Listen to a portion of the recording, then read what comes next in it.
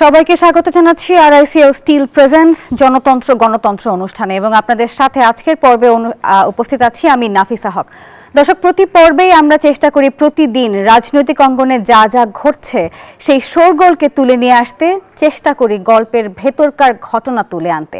চলে আলোচনা সমালোচনা এবং সেই আলোচনা সমালোচনার ভেতর থেকে আমরা তুলে আনার চেষ্টা করি আসল গল্পকে, এবং আজও তার ব্যতিক্রম নয়। আজকের এই পর্বে আমরা আলোচনার জন্য যে বিষয় ঠিক করেছি সেটি হচ্ছে রাজনীতির হালচাল এবং ভোটের বাস্তবতা। এবং এই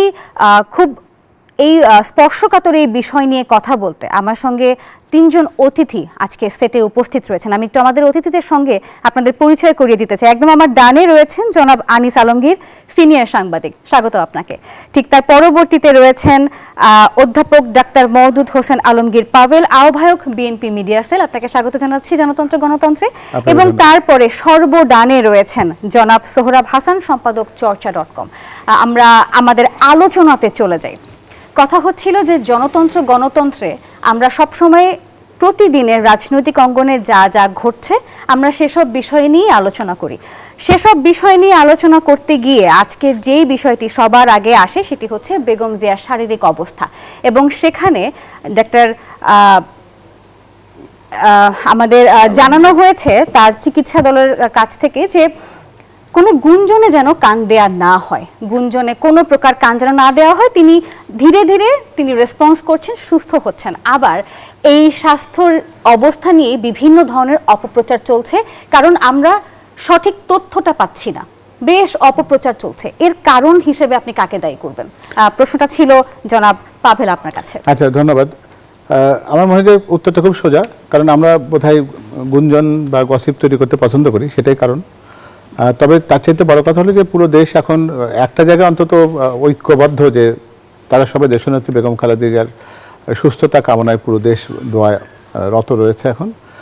আর কথা আপনি যেটা বলছিলেন, তিনি সত্য কথা যেটা, সেটা দলের পক্ষ থেকে একটা সুনির্দিষ্ট নিয়ম বলে দেওয়া হয়েছে, যাতে করে এক একজন এক এক রকম কথা না বলেন। সেজন্য ডক্টর জাহিদ হোসেন, যিনি দলের স্থায়ী কমিটির সদস্য, এবং ম্যাডামের যে চিকিৎসক দল রয়েছেন তারও উনি একজন সদস্য, তিনি অফিসিয়ালি তার স্বাস্থ্যগত বিষয়টি যেটি আছে সেটি উনি প্রেসে বা সংবাদ মাধ্যমে তিনি জানাবেন। এর বাইরে দিয়ে অন্য কারো কোনো কথাতে কান দেওয়ার কোনো প্রয়োজন নেই। আর আপনি যেমনটা বলছিলেন যে তিনি সুস্থতার দিকে খুবই ধীরে ধীরে যাচ্ছেন, সেটি একটা আশার খবর ইনশাল্লাহ, এবং সেটি শেষ খবর আর কি। সেটাই আমাদের আশার খবর, যে আমরা এই জায়গাতেই থাকি যে ওনার আরোগ্য হচ্ছে, এবং সেটি যদিও খুব ধীরগতির, কিন্তু আলহামদুলিল্লাহ যে আশার কথা হলো এটা যে তিনি সুস্থতার দিকে আস্তে আস্তে এগিয়ে যাচ্ছেন। ঠিক এই প্রসঙ্গে আরেকটা বিষয় নিয়ে জানতে চাই, সেটা হচ্ছে আজকের সংবাদে, আমি যদি আমাদের সংবাদের কথাই বলি, একটা হেডলাইন আমাদের গিয়েছে যে দেশে ফিরে নির্বাচনে বিএনপির নেতৃত্ব দেবেন তারেক রহমান, এমন কথা বলেছেন জনাব আমির খসরু মাহমুদ চৌধুরী। আবার ঠিক কয়েকদিন আগে এমন ছিল যে তারেক রহমান শীঘ্রই দেশে আসছেন।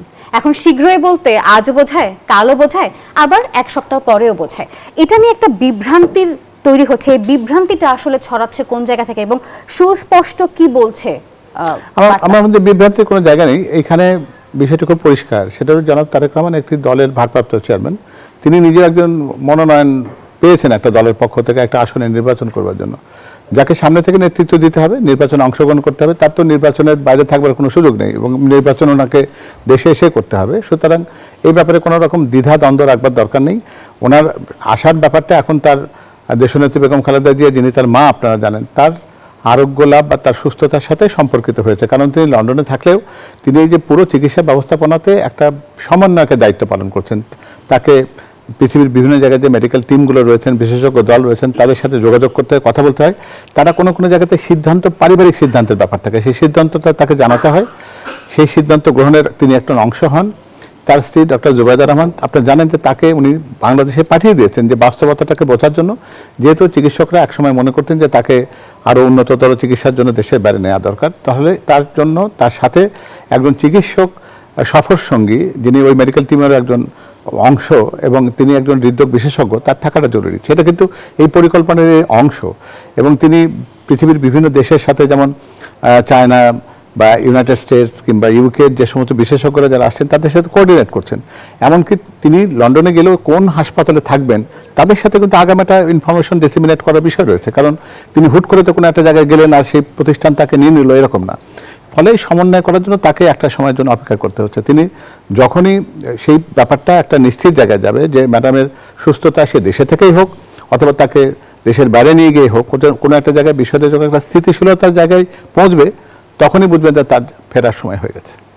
অসংখ্য ধন্যবাদ আপনাকে। এবার আমি যেহেতু দর্শক আপনাদেরকে শুরুতেই জানিয়েছি আজকের এই অনুষ্ঠানে আমার সঙ্গে দুজন অনেক কি বলা যেতে পারে এটাকে, ওনারা অনেক বছর ধরে মিডিয়ার সাথে জড়িত। একদম মিডিয়ার কথাটা আমি এজন্য উল্লেখ করছি, পরবর্তী প্রশ্ন শুনলে আসলে দর্শক আপনারা বুঝতে পারবেন।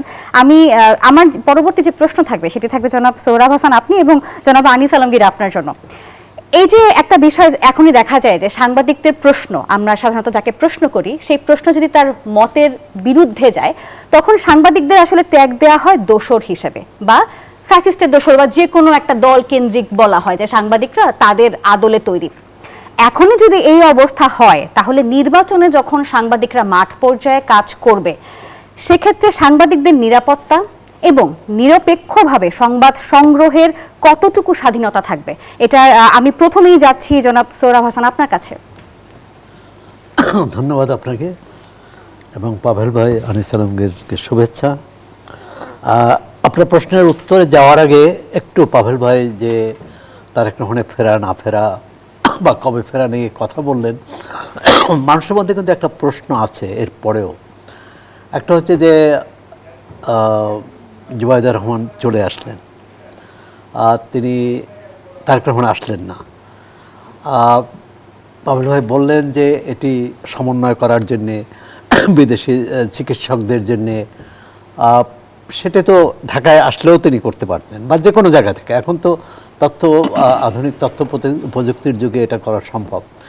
একটা প্রশ্ন, এবং যেহেতু তিনি একটি বার্তা দিয়েছিলেন খুবই উদ্বেগজনক বার্তা যে তার দেশে ফেরাটা অবারিত নয়, তার একার নিয়ন্ত্রণেও নয়। আসলে প্রকৃত সমস্যাটা কোথায় এটি জানালে কিন্তু সাধারণ নাগরিক যারা বিএনপির কর্মী সমর্থক অনুরাগী বা অনুরাগী নন বা যারা এই যে এখন নানা রকম গুজবের সুযোগ নিচ্ছে তারা কিন্তু এটা নিতে পারতেন না। আমি মনে করি যে বিএনপি দলের পক্ষ থেকে অথবা তার নিজের পক্ষ থেকেও পুরো বিষয়টি খোলসা করা উচিত। আপনি যে প্রশ্নটা বললেন এটা তো আপনার ট্যাগিংয়ের যে রাজনীতি এটি বহু বছর ধরে চলে আসছে। যদি বলতে হয় যে আনিস আলমগীর মনে থাকবে স্বাধীনতার পর থেকেই আপনি, এবং যদি বলি গত 15 বছর আপনি যে সমালোচনা করলেই বলা হতো যে বিএনপি জামাত অথবা স্বাধীনতা বিরোধী। এখন নতুন ট্যাগিং হচ্ছে। এটি যে শুধু প্রশ্ন করার জন্য ওই প্রশ্নকারী সাংবাদিকদের না, অন্য যে কোনো আপনার মতের সাথে না মিললেই আপনাকে শত্রু বানানো হবে, আপনাকে দেশদ্রোহী বানানো হবে, আপনাকে দেশবিরোধী বানানো হবে। এক ধরনের কি বলে এর অর্থ হচ্ছে যে মুখ বন্ধ করা, মানে আপনি যাতে প্রশ্নটা না করেন, যে প্রশ্নটা তার পছন্দ নয় সেই প্রশ্নটা আপনাকে করতে না দেওয়ার জন্যই কিন্তু এইসব ট্যাগিং।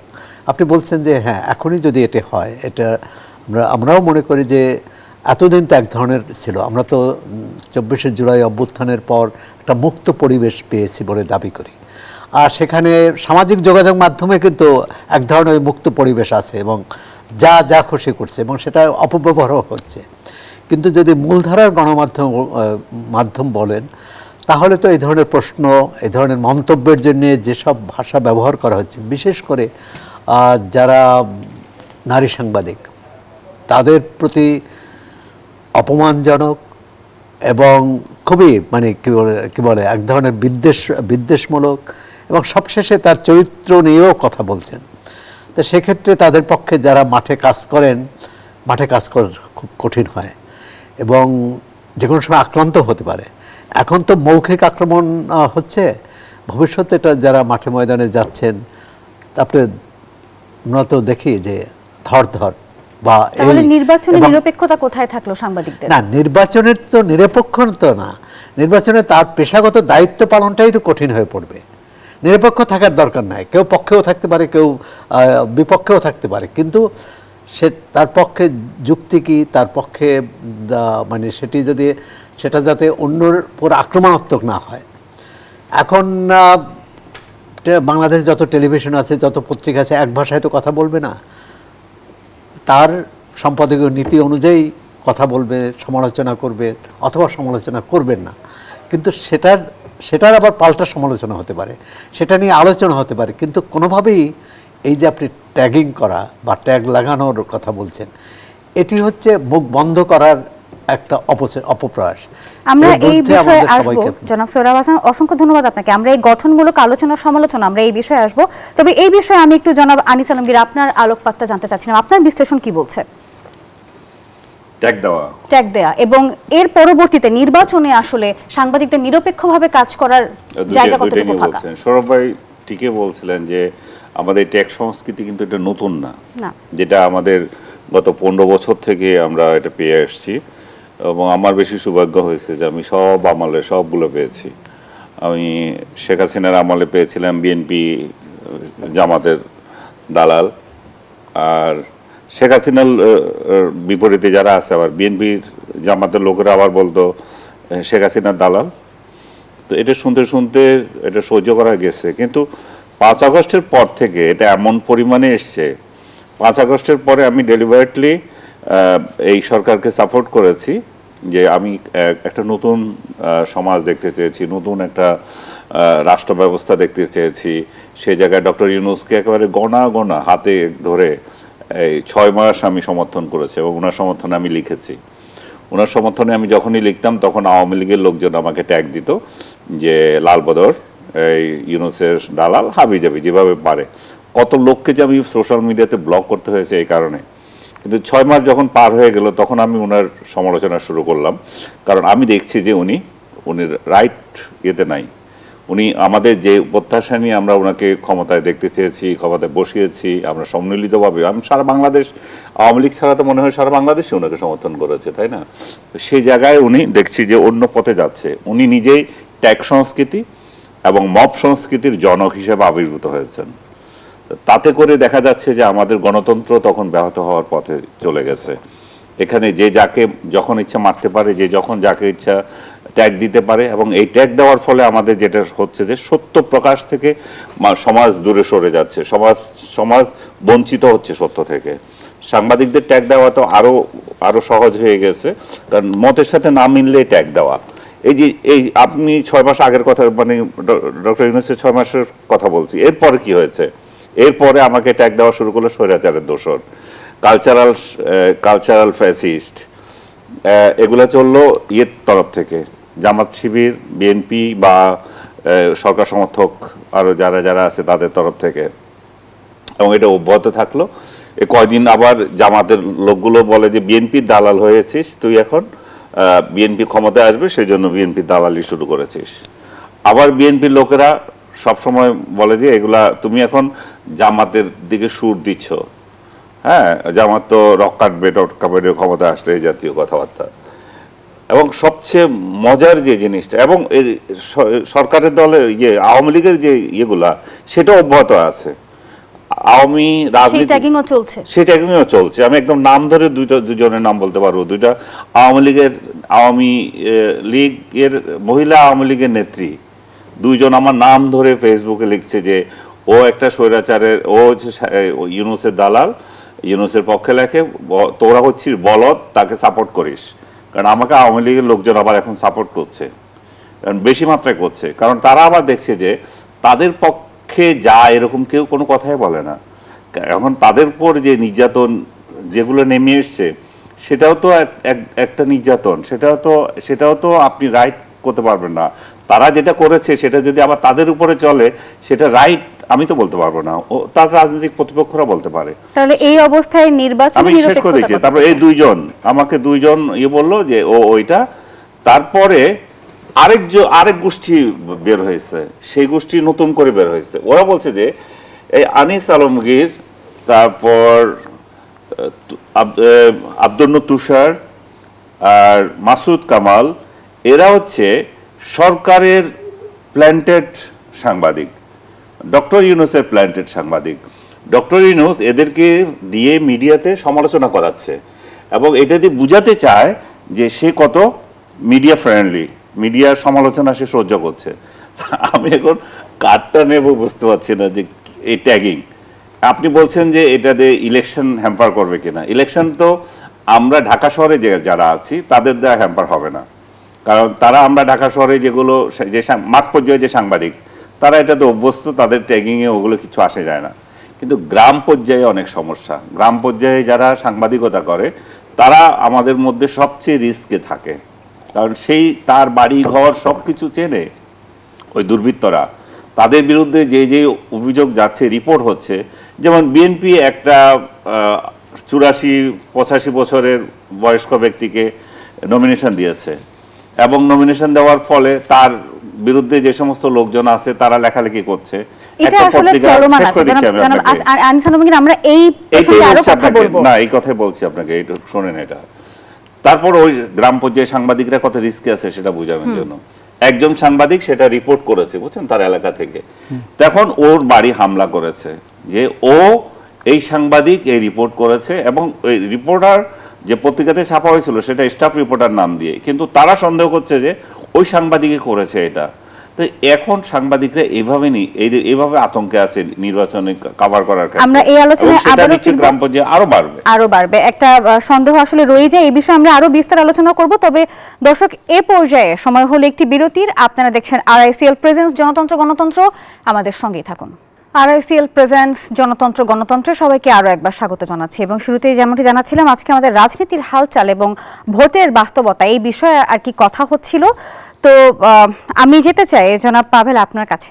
আমরা যদি একটু আজকে সারা দিনের ঘটনা দেখি তাহলে দেখব যে জামাতের বিভাগীয় বড় শহরগুলোতে সমাবেশ চলছে, এবং এই সমাবেশের কথা যদি আমি তুলি, আজকে বলা হয়েছে ফ্যাসিবাদীদের স্থান দখল করেছে অন্য একটি দল, এমনটা অভিযোগ রয়েছে জামাত আমিরের। এবং সেই সাথে আরেকটা কথা বলা হয়েছে, সেটি হচ্ছে যে যারা নির্বাচন করছে তাদের মধ্যে এখন নির্বাচন পেছানোর বানচাল, পেছানোর একটা সুর উঠেছে।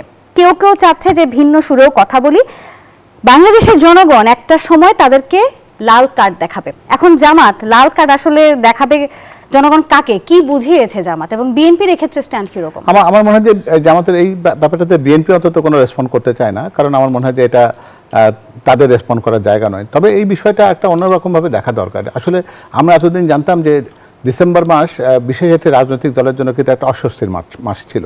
ওই সময় তারা কথা বলতেন কম, নিজেদেরকে আত্মগোপনে থাকতেন। কিন্তু আমরা একটা দুঃখজনকভাবে দেখছি যে এই মহান ডিসেম্বর মাসে যারা এই বাংলাদেশের সৃষ্টিকেই যারা স্বীকার করেনি, এমনকি প্রকারান্তরে বাংলাদেশ যেন না হতে পারে সেজন্য তারা রাজাকার, আলবদর এই বাহিনীগুলোতে তারা নিজেরা ঢুকেছেন, শান্তি বাহিনীতে, শান্তি কমিটিতে তারা নিজেদেরকে অন্তর্ভুক্ত করেছেন, পাকিস্তানিদের সহায়তা করেছেন, আমাদের দেশে হত্যাকাণ্ড নির্বিচারে চালাবার জন্য যে কাজগুলো করা দরকার সেটা তারা করেছেন দিনের পর দিন। অথচ আজকে আমরা কিন্তু সেই কথাগুলো বলতে কেন যেন অস্বস্তি বোধ করি। তো আমার মনে হয় যে সেই ব্যাপারগুলোকে, সেই অস্বস্তিগুলোকে ঢাকবার জন্যই তাদের এই বেশি কথা বলতে হচ্ছে। তো আমার মনে হয় যে এই কথাগুলো বলবার আগে একবার বোধহয় আয়নায় মুখ দেখা উচিত, যারাই বলছেন এটা। লাল কার্ড কাকে দেখাবেন, এই লাল শব্দগুলো কিন্তু আমাদের স্বাধীনতার পর থেকে আমরা বরং স্বৈরাচার বলতে যাদেরকে আমরা বোঝাই তাদের নামের সাথেগুলো এই কথাগুলো যেত। তো এখন তারা নতুন করে যদি লালের কথা চিন্তা করেন, লাল কার্ড যদি কাউকে দেখাতে চান, তাহলে এটা কাকে মিন করছেন তারাই ভালো বলবেন। তবে আমার মনে হয় যে জনগণ 1971 সালে যাদেরকে সত্যিকার অর্থে লাল কার্ড দেখিয়েছিলেন, তারা যদি আজকে অন্যদেরকে লাল কার্ড দেখানোর চেষ্টা করেন তাহলে এই জনগণের জন্য সেটি হবে একটা অত্যন্ত লজ্জার একটা বিষয়, এবং সেটাকে প্রতিহত করবার ক্ষেত্রে আমাদের ঐক্যবদ্ধ হওয়া ছাড়া আর অন্য কোনো বিকল্প আছে বলে আমার অন্তত মনে হয় না। এই ডিসেম্বর মাসে আমাদের স্বাধীনতার কথা বলতে হবে, আমাদের মুক্তিযুদ্ধের কথা বলতে হবে, এবং ওই সময় যারা এই স্বাধীনতার বিরোধিতা করেছে তাদেরকেও কিন্তু জনসমক্ষে মানুষকে চিনিয়ে দিতে হবে, তাহলে নতুন প্রজন্ম আমাদের ইতিহাস সম্পর্কে কিন্তু একটা বিকৃত ধারণা পাবে।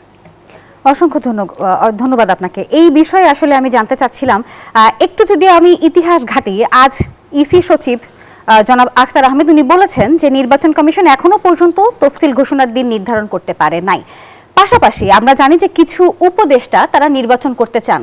যদি আমরা ফেব্রুয়ারি প্রথমার্ধে নির্বাচন ধরি তাহলে নির্বাচন হতে আর বাকি 2 মাস। তো এখনো তারা ক্ষমতা ছাড়ে নাই, এখনো তারা বহাল তবিয়ত উপদেষ্টা পরিষদে রয়েছে, এবং তার পাশাপাশি তারা এখনো কোন আসন থেকে বা কোন দলের হয়ে নির্বাচন করবেন সেটাও খোলাসা করা হয়নি। তো এই দুইটা বক্তব্যকে যদি আমি একত্রিত করি, কি মনে হচ্ছে আপনাদের সাংবাদিকদের বিচার বিশ্লেষণ কি বলছে? নির্বাচন কি তাহলে ফেব্রুয়ারিতে হবে নাকি এটা পিছিয়ে যাওয়ার সম্ভাবনা রয়েছে? পিছিয়ে যাওয়ার সম্ভাবনা নেই, অন্তত এই কারণে, সেটা হচ্ছে যে 2 উপদেষ্টার কথা বলা হচ্ছে তারা আদৌ নির্বাচন করবেন কিনা তাদের একজন তো মনে হয় যে নির্বাচন করবেন না, অন্তত আর একজন করবেন, তিনি বলেছেন যে হ্যাঁ নির্বাচন করবেন, কিন্তু কোন দল থেকে। এখন এই সরকার দায়িত্ব নেওয়ার পর একটা নীতিগত সিদ্ধান্ত নিয়েছিলেন, সেটি পরবর্তীকালে আমরা প্রজ্ঞাপন জারি হতে দেখিনি। সেটা হচ্ছে এই সরকারের কেউ পরবর্তী নির্বাচনে অংশ নেবেন না, সেটা কিন্তু চূড়ান্ত হয়নি। সুতরাং এই সরকারকে অবশ্যই প্রশ্ন করা যায় যে আপনাদের সেই নীতিগত সিদ্ধান্তের কি হলো। আর আপনি যদি আইনগতভাবে দেখেন, তফসিল ঘোষণার আগ পর্যন্ত তারা দায়িত্ব পালন করতে পারবেন, আর তফসিল ঘোষণার পর তাদের সিদ্ধান্ত নিতে হবে, হয় নির্বাচন করবেন অথবা সরকারে থাকবেন। এটি হচ্ছে ওই দুই উপদেষ্টার বিষয়। আর অন্য বিষয়ে যে আপনি যে লাল কার্ড, সাদা কার্ড, নীল কার্ডের কথা বললেন, আসলে জনগণ তো হচ্ছে এখন কিন্তু সাম্প্রতিককালে রাজনৈতিক মহলে একটা বড় মানে একটা অভিন্ন শব্দ উচ্চারিত, একটি দল। বিএনপি যখন কথা বলে তখনও বলে একটি দল, জামাত ইসলামী যখন বলে একটি দল, আর অন্য দল ইসলামী আন্দোলন বা বাম যারা সমালোচনা করেন অন্যের। দেখুন আজকে পাভেল ভাই যথার্থই বলেছেন যে ডিসেম্বর মাস, এই ডিসেম্বর মাসের যাদের আত্মদানের বিনিময়ে আমরা স্বাধীনতা পেলাম তাদের কথা কতটা মনে রেখেছি। তাদের এখনও মুক্তিযোদ্ধা পরিবার এবং শহীদ পরিবার অনেকেই দুরবস্থার মধ্যে আছেন, অনেকেরই অসহায় অবস্থা। এবং রাষ্ট্র এই 30 বছরে এই 54 বছরে খোঁজ নিচ্ছে বাছাই করা মুক্তিযোদ্ধাদের পরিবারকে, বাছাই করা শহীদ পরিবারকে। কারণ গ্রামগঞ্জে এত বেশি দুর্দশাগ্রস্ত এই মুক্তিযোদ্ধা আছেন। কিছুদিন আনিস আলমগীর ভালো বলতে পারবেন, কিছুদিন আগ পর্যন্ত, এই কয়েক বছর আগ পর্যন্তও কিন্তু ঢাকা শহরে রিক্সা চালকের ছবি দিয়ে বলা হতো রিক্সা চালক মানে ঢাকায় মুক্তিযোদ্ধা 71-এ মুক্তিযোদ্ধা রিক্সা চালাচ্ছে। শুধু ঢাকা না, ঢাকার বাইরেও। তা আমরা এইসব ভুলে যাই। এখন লাল কার্ড নীল কার্ড নিয়ে খুব ব্যস্ত। এখন সত্যি সত্যি যদি আমরা জনগণের উপরে এই দায়িত্ব অর্পণ করি যে তারাই ঠিক করবে কাদের লাল কার্ড দেখাবেন, তারা সবারই 71, 24, 75, 82, 90 কার কখন কি ভূমিকা ছিল জনগণ মনে রাখবে এবং সেভাবেই তারা কাজ দেয়। এটা আসলে একটা আলোচনার বিষয়। অসংখ্য ধন্যবাদ আপনাকে। এবারে আমি একদম আমার ডানে রয়েছেন দর্শক, আগেই পরিচয় করে দিয়েছি, জনাব আনিস আলমগীর, সাংবাদিক এবং কলামিস্ট। জনাব আনিস, আমি আপনার কাছে আসতে চাই। এখন যেহেতু আপনি প্রথম সারির পত্রিকা দেখেছেন, গণমাধ্যম দেখেছেন এবং আপনার যাতায়াত এখানে একেবারেই স্বাধীন, কি মনে হচ্ছে? আপনি তো সব সময়ই দেখলেন, বিভিন্ন পিরিয়ড থাকে সরকারের, সব পিরিয়ড দেখলেন। গণমাধ্যমের কথা যদি জিজ্ঞাসা করি, আপনার কি মনে হয় এখন গণমাধ্যমের অবস্থা, স্বাধীনতা, গঠনমূলক সমালোচনা এগুলো করার মতো কতটুকু স্পেস রয়েছে গণমাধ্যমের? এখনকার পরিস্থিতি কি বলে? আগের থেকে উন্নত হয়নি না। আগে এক ধরনের ভীতি ছিল যে টকশো করে বের হওয়ার পরে কোনো এজেন্সির লোক হয়তো তুলে নেবে, সেরকম এক ধরনের পরিবেশ হয়েছে। কয়েকজনকে টকশো থেকে বের হওয়ার পরে গ্রেপ্তার করেছে। আর সাংবাদিকদের একটি ভীতি ছিল, আমার বা সৌরভ ভাইয়ের যারাই আমরা লিখেছি সেখানে একটু রয়ে সয়ে লিখতে হতো, বিশেষ কিছু বিষয় হয়তো অ্যাভয়েড করতে হতো। তার মানে এই নয় যে আমরা লিখি নাই, লিখতে কেউ বাধা পেয়েছে আমি এটা দেখি নাই। কয়েকজন সাংবাদিকদের গ্রেপ্তার করেছে, কয়েকজন সাংবাদিকদের গ্রেপ্তার করেছে, সেটা নিয়ে বিরাট ফলাও করে প্রচার হয়। কিন্তু তারা সাংবাদিকতা করতে গিয়ে গ্রেপ্তার হয়েছে, না রাজনীতি করতে গ্রেপ্তার হয়েছে, না অ্যাক্টিভিজম করতে গ্রেপ্তার হয়েছে, সেটারও বিচার করতে হবে। যে সে সম্পাদক, তাকে গ্রেপ্তার করলো, কি সম্পাদনা করেছে, কি কারণে গ্রেপ্তার করেছে, সেগুলো দেখতে হবে। সম্পাদনা কোন জাতের সম্পাদনা করেছিল, কেন তাকে গ্রেপ্তার করলো। তো সব আমল যদি বিবেচনা করেন আপনি, তো সেই আমলে যেমন সাংবাদিকতা করা গিয়েছে, এই আমলও করা যাচ্ছে। কিন্তু করা যাচ্ছে কীরকম? এখনও সেই ভীতিটা কাটে নাই। এই ভীতিটা সরকার দেয় নাই, কিন্তু আমি আবার সরকারকে এই জায়গায় থ্যাঙ্কস দেব। সরকার নিজে দেয় নাই, কিন্তু ভীতির যে পরিবেশ তৈরি হয়েছে সরকার এটা নিয়ন্ত্রণ করতে পারে না। 5 আগস্ট এটাকে সরকারের ব্যর্থতা হিসেবে দেখছেন? অবশ্যই সরকারের ব্যর্থতা। 5 আগস্টের পরে যেটা হলো, মিডিয়াগুলো, হাউসগুলো আক্রান্ত হলো, নানা জায়গায় স্বৈরাচারের দোসর হিসাবে তাদেরকে চিহ্নিত করা হলো। সরকার আসলো, সরকার নিজেরা প্রশ্ন করছে সাংবাদিক, সে প্রশ্নের জন্য চাকরি চলে যাচ্ছে, উপদেষ্টাকে প্রশ্ন করেছে, আপনি জানেন নিশ্চয়ই সেগুলো। তো কেন যাচ্ছে? সরকারকে বলেছে? না, আমরা তো বলে নাই। কিন্তু কিছু কিছু গোষ্ঠী লাগিয়ে দিয়েছে সরকার, যে যাও ওই মালিককে, ওই টেলিভিশনকে হুমকি দাও যে ওকে যদি বহিষ্কার না করা হয় তাকে তার টেলিভিশন জ্বালিয়ে দেওয়া হবে, আগুন লাগা হবে। আনিস আলমগীরকে কেন টকশোতে ডাকো, তাকে ডাকলে কিন্তু তোমার অবস্থা খারাপ করে দেব, এই জাতীয় হুমকি এখনো আছে। এর সাথে আমি আসলে যুক্ত করতে চাই, আমরা বেশ কিছুদিন ধরে দেখতে পাচ্ছি যেহেতু এখন সোশ্যাল মিডিয়ার যুগ, এখন কেউ কিছু আর কি লুকাতে চাইলেও হয় না, সোশ্যাল মিডিয়াতে চলে আসে। আমরা দেখি যে বিভিন্ন সাংবাদিকরা বিভিন্ন জায়গাতে গিয়েছেন সংবাদ তথ্য সংগ্রহ করতে, কিন্তু তাদেরকে থ্রেট দেওয়া হচ্ছে সংবাদ প্রকাশের ক্ষেত্রে, তাদেরকে বেঁধে দেওয়া হচ্ছে যে এতটুকু সংবাদ তারা প্রচার করতে পারবে। এই বিষয়টাকে আপনি কিভাবে দেখেন? না, আমি এটা আপনার সাথে একমত না। তারা বলে নাই যে কতটুকু সংবাদ প্রচার করতে পারবে। আমি সেটা সরকারকে ক্রেডিট দিব। সরকার এই ক্ষেত্রে কাউকে বলে নাই যে তুমি এই সংবাদ পরিবেশন করতে পারবে না, এতটুকু এটা করতে পারবে না। যেটা হচ্ছে, আপনি আমাকে একটু বাধা দিচ্ছেন বলতে, যে কিছু গোষ্ঠী তৈরি হয়েছে অমুক মঞ্চ তমুক মঞ্চ থেকে হুমকি দেওয়া হচ্ছে, এবং সেই হুমকির প্রেক্ষিতে আমি আমার কথা বলছি যে আমাকে ওই টেলিভিশনে দেখা যায় কেন, হুমকি দিল কোথাকার কোন পলাতক ইউটিউবার, সেটাকে আবার ওই টেলিভিশন ভয় পেল, আরে তাকে তো তাহলে ডাকা যাবে না। তো এই যে পরিবেশটা, এটা তো সরকার তৈরি করে দেয় নাই, এটা আপনারা মিডিয়ায় তৈরি করেছেন, আপনারা ভয় পাচ্ছেন এটা করার জন্য। তো তাহলে মিডিয়াগুলো নিজেরাই ভীত অবস্থায় আছে। মিডিয়াগুলো আজকে ডিসেম্বর মাসে আমরা কথা বলেছি, আমি তো বিএনপির আমলও দেখেছি, এরশাদ আমল আমার অত খেয়াল নাই, তখন টেলিভিশন তো ফ্লারিশ করে নাই। তারপরে শেখ হাসিনার পুরো আমল দেখেছি। এই বিজয়ের মাসে বিজয়ের স্টোরি থাকতো, পয়লা ডিসেম্বর থেকে শুরু হতো, 16 ডিসেম্বর পর্যন্ত বিজয়ের কাহিনী দিয়ে স্টোরি থাকতো মুক্তিযোদ্ধাদের নিয়ে। টেলিভিশনে ডগে থাকতো উপরে, টেলিভিশনের কর্নারে, যে বিজয়ের একটা প্রতীক দিয়ে আসতো আর যেত। আমি একমাত্র একটা টেলিভিশন মোহনা টেলিভিশনে দেখেছি, আর একটা টেলিভিশনে নাই। সরকারকে আপনাদেরকে নিষেধ করছে এটা করতে, আপনারা করেন নাই কেন? আপনারা করেন নাই কারণ এমন একটা আবহাওয়া তৈরি হয়েছে, মনে হচ্ছে যে এখন রাজাকাররা শাসন করছে। আপনারা সেই পরিবেশের মধ্যে আছেন, কারণ বঙ্গবন্ধুর নাম উচ্চারণ করা যাচ্ছে না, 32 নম্বর আক্রান্ত। আওয়ামী লীগ বললে, একটা যে দলটা স্বাধীনতা এনে দিয়েছিল তার নাম বললে আপনাকে হেনস্থা করছে, জয় বাংলা বললে পিটাচ্ছে। তার মানে কি? আওয়ামী লীগ একটা রাজনৈতিক দল, সে অপকর্ম করেছে, তার সাজা দেন। কিন্তু আওয়ামী লীগ করেছে, সেই জন্য আপনি যে কাউকে মারতে পারবেন না, জয় বাংলা বলার জন্য আপনি কাউকে গ্রেপ্তার করতে পারবেন না। সেটাই হচ্ছে, এই যে একটা ভীতির পরিবেশ তৈরি করে দিয়েছে সরকার। এই যে সরকারের তরফ থেকে বিজয় মাসের শুভেচ্ছা জানাচ্ছে, এই শুভেচ্ছার চেহারা দেখলে আপনি বুঝবেন যে কি ধরনের শুভেচ্ছা। সো এবং এই বিজয়ের মাসে, এই ডিসেম্বর, ভাই আলমগীর সাহেব খুব ভালো করে বলেছিলেন যে এরা গর্তে লুকিয়ে থাকতো।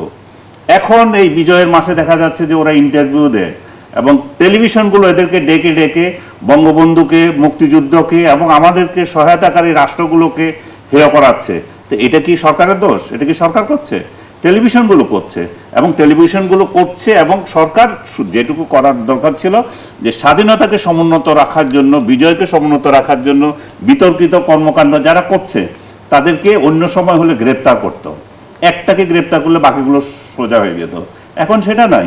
এখন মুক্তিযুদ্ধের পক্ষে কথা বলতে গিয়ে আক্রান্ত, মুক্তিযুদ্ধের পক্ষে কথা বলতে ভয় পাচ্ছে। এমন একটা সোসাইটি তৈরি হয়েছে ডক্টর ইউনূসের জমানায়।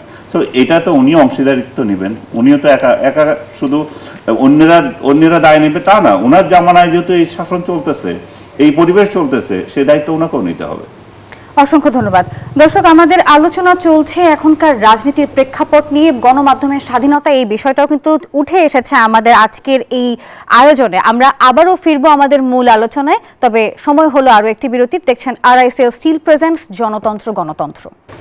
RICL স্টিল প্রেজেন্টস জনতন্ত্র গণতন্ত্র অনুষ্ঠানে সবাইকে আরও একবার স্বাগত জানাচ্ছি। যেহেতু আমরা একেবারে অনুষ্ঠানের শেষ পর্যায়ে চলে এসেছি, জনাব পাভেল, আপনার কাছে আমার একটা প্রশ্ন, একদম শুরু থেকেই উঠে আসে গণমাধ্যমের স্বাধীনতার কথা। সামনে নির্বাচন, আপনার দল যদি জয়ী হয়, গণমাধ্যমের স্বাধীনতায় আপনারা কি কাজ করবেন? আচ্ছা, আমার মনে হয় খুব সংক্ষেপে জবাব যেহেতু দিতে হবে, আমি যদি বলি যে বিএনপি একটা মিডিয়া কমিশন গঠন করবে, সংবাদপত্রের স্বাধীনতা আবাদিত করবে, নিবর্তনমূলক আইনগুলোকে প্রত্যাহার করে নেবে, এই কথা যদি বলি তাহলে হয়তো আপনি আমার মনে হবে যে আমি জাস্ট কথার কথা বলছি। কিন্তু আমি যদি এটা বলি যে ওনাকে নিয়ে কার্টুন আঁকা যায়, যেটা আমরা আমার গত বছরের 5ই আগস্টের পরবর্তীতে দেখেছি যে ওনাকে নিয়ে কার্টুন আঁকা হয়েছে, এবং তিনি সেই কার্টুন আঁকা যিনি এঁকেছেন তাকে কিন্তু অভিনন্দিত করেছেন, এবং বলেছেন যে তিনি ভবিষ্যতে এরকম আরও কার্টুন দেখতে চান, এবং এটাও বলেছেন যে আপনারা সবারকে নিয়েই কার্টুনটা আঁকতে পারেন। দিনের শেষে কথাটাকে এরকম বলে আমি শেষ করি, আর কারণ জানি সময় বেশি নেই। সেটা হলো যে স্তুতি বা স্থাপকতার সাংবাদিকতা করবার প্রেক্ষাপট বা সুযোগ থাকবে না। তাকে বা প্রধানমন্ত্রী হলে জনাব তারেক রহমানকে যে কোনো প্রশ্ন করা যাবে, তিনি সেগুলোতে বিব্রত বোধ করবেন না এবং উনি আপনাদের সে প্রাঞ্জল উত্তর দেবেন। বরং চেষ্টাটা এরকম বলতে থাকাই ভালো, সাংবাদিকরা সেই স্বাধীনতায় নিজেরা যেন মুক্ত কণ্ঠে থাকতে পারেন, স্বাধীনতাকে যেন প্রকৃতপক্ষে কাজে লাগাতে পারেন। অসংখ্য ধন্যবাদ। জনাব আনিস, ছোট্ট করে জানতে চাই আপনার শেষ কথা কি থাকবে আজ? আমার ওইটাই যে যারাই ক্ষমতায় আসুক, আমি সাংবাদিক হিসাবে চাইবো যে আমাদের বলার স্বাধীনতা থাকে। সাংবাদিকদের প্রধান দায়িত্ব কি? ক্ষমতাকে কোয়েশ্চেন করা। ক্ষমতায় ডক্টর ইউনূস আছে না তারেক রহমান আছে না হাসিনা আছে সেটা বিষয় না, সে ক্ষমতাকে প্রশ্ন করার যে অধিকার সেটা যাতে থাকে, সাংবাদিকেরা লেজুর ভিত্তি করার যে মেন্টালিটি সেটা যাতে না থাকে, এবং লেজুর ভিত্তি যারা করছে তাদেরকে যাতে দলীয়ভাবে আবার এন্টারটেইন করা না হয় সেটাও আমি চাইবো। মালিক পক্ষ যাতে চাপিয়ে না দিতে পারে সেই জায়গায়ও সাংবাদিকদের সক্রিয়তা দরকার, এবং বুদ্ধিমত্তার সাথে এই দায়িত্ব পালন করা উচিত। অসংখ্য ধন্যবাদ আপনাকে। জনাব সোহরাব হাসান, আপনি যদি বলতেন আপনার শেষ কথা কি হবে? সাংবাদিকতা স্বাধীনতা দেয়া নেয়ার ব্যাপার না, স্বাধীনতা সুরক্ষার ব্যাপার, স্বাধীনতা ভোগ করার ব্যাপার। সেখানে সাংবাদিকরা সাংবাদিকতা করবেন, রাজনৈতিক দল তাদের যে অঙ্গীকার সেটা পূরণ করবেন। অতীতে সব রাজনৈতিক দলই ক্ষমতায় যাওয়ার আগে সাংবাদিকদের অবারিত স্বাধীনতার অঙ্গীকার করেছেন, কিন্তু ক্ষমতায় যেয়ে তারা স্বাধীনতা খর্ব করেছেন। আশা করি ভবিষ্যতে যারা ক্ষমতায় আসবেন তার পুনরাবৃত্তি ঘটাবেন না। মানুষ একটা মুক্ত পরিবেশে আনিস আলমগীর যেমন বললেন যে ক্ষমতাকে প্রশ্ন করতে পারবেন এবং সব তথ্য প্রকাশ করতে পারবেন।